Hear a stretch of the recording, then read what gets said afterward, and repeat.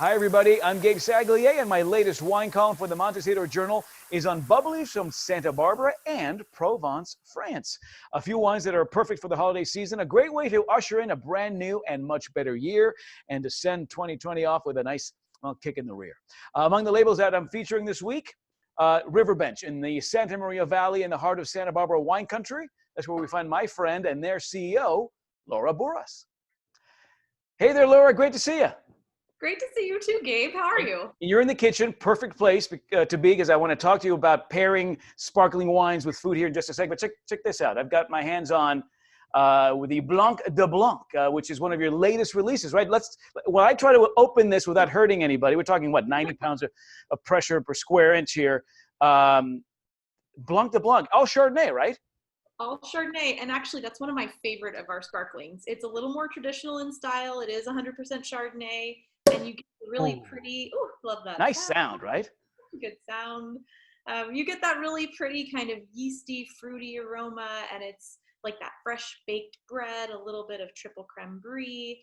Just a beautiful wine. Cheers. And I love the effervescence on this wine. It's so exciting. It's so alive. You know, it's fantastic. Pinot Noir, Chardonnay, obviously two ingredients that are in the world's best champagnes, best sparkling wines. But your sparkling wine program really came to life thanks in part to you planting another grape, less known, Pinot Meunier. Yes, Pinot Meunier. The name means miller in French, and so it's referring to the kind of almost little dusting of white powder on the grape itself. It's not actually a powder, but that's where the name comes from. We grafted over some vines in 2015. Montecito has about 2 rows of Pinot Meunier, but they use it for a still wine. It just gets blended into something else. So as far as I know, we're the only ones in Santa Barbara County who have it for sparkling wine production exclusively, and it's been really fun. We bottle it on its own, and then we also blend it into our cork jumper cuvee, which uses all 3 grapes. The percentage changes vintage by vintage, but the very first vintage, which was 2018, we did a third, and a third. So you can really kind of get the essence of all of the different grapes that we're using and then taste it all on its own with the single bottling of the Pinot Meunier. It's fun. What has this done for you? Obviously, has it been a smart investment? Have you seen people gravitate toward Riverbench for the bubbly? You have an all bubbly wine club as well, right? We do. So we started playing the sparkling wine in 2008.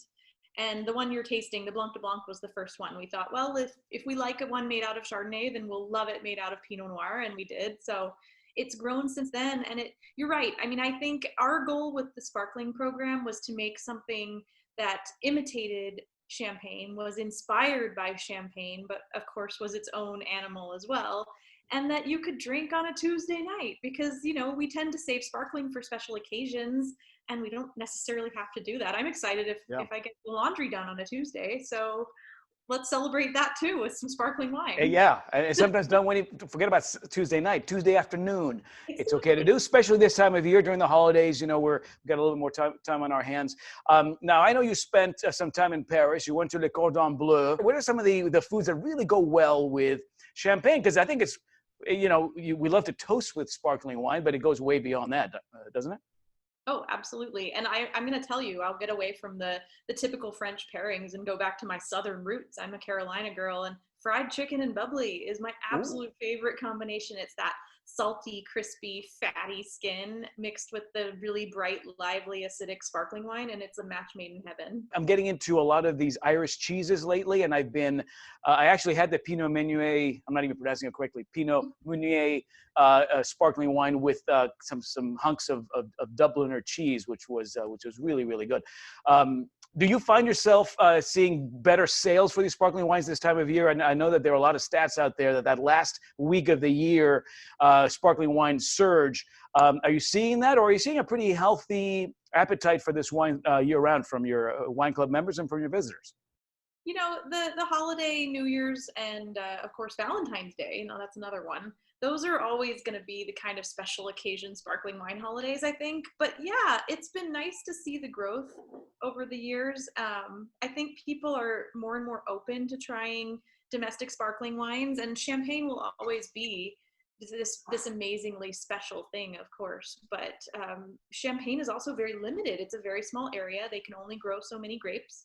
And the truth is, there's there's not a whole lot to go around, especially at a decent, affordable price. So as people kind of look into the more economical bottlings, I think they're finding that Santa Barbara County, since it's cooler, can produce some really great bubblies. Of course, there's other regions as well, but I think Santa Barbara is really a standout place, especially the Santa Maria Valley, because it's so cool throughout the year. It's a perfect place for it. Your line of Riverbench sparkling wines are in that middle 40 to middle 60 price point. So a nice competitive price point for quality sparkling wines. And where can people find out more, buy them online, and sign up for the club? The website is the best place to start. It'll give you a little description of everything we have available. We do actually sell a tiny bit of the Blanc de Blanc to Gelson's throughout Southern California now, just because during this pandemic, it's hard to find that kind of quality bubbly. And so we thought we could reach people a little bit easier that way. And that website is riverbench.com. And if people want to find out more about my take on these sparkling wines, and I link to you guys as well, obviously check out my website, GabeSaglie.com. All right, I think I'm going to finish this off, Laura. Merci beaucoup. It's always a pleasure to see you, especially across some bubbles. Oh, yeah. Thank you for thinking of me, and cheers, Gabe. Cheers, and Happy New Year. Happy New Year.